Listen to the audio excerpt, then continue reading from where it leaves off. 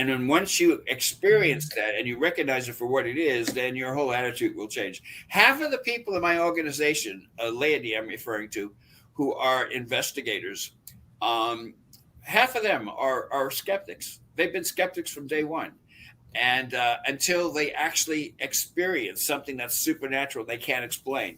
And then one or two things will happen when that occurs. They will either leave the organization, leave the team because they're scared to death, and as a result, it's very terrifying. It leaves a residual, okay, a mark on your Mm. brain, okay, and as a result, it's a very negative thing. You can't. It's like your worst nightmare becoming real and almost like a 3D thing, and you're part of it, and you're saying, "Whoa, this is actually real," and you just can't believe it. But there are things that are, and that's another reason why exorcisms are very. It's a very private, closed out to the public type of scenario because so many things happen within the family unit.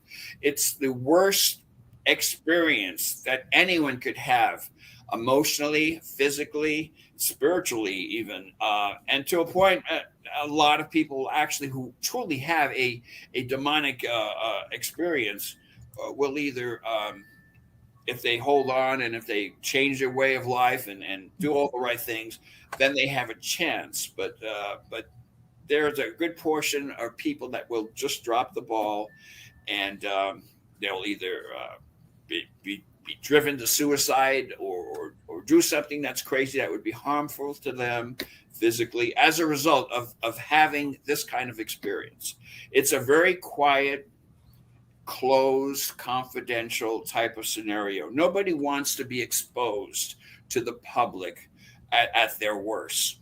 And just think, if you're exposed and that's in that sense, the whole world will actually see who you truly are. Unfortunately, a lot of people don't know who each of us. I mean, each of us we have our own different sides, if you will. And I'm sure there's a side of you that you would never, ever want to expose to the world. Just think if the demonic was in and influencing your behavior, you would never want that to be exposed. So there's a lot of issues and a lot of things that are involved in this ministry of exorcism. Yeah, it seems like the primary question would be, is it truly a demonic possession? And that a lot of work would go into establishing that.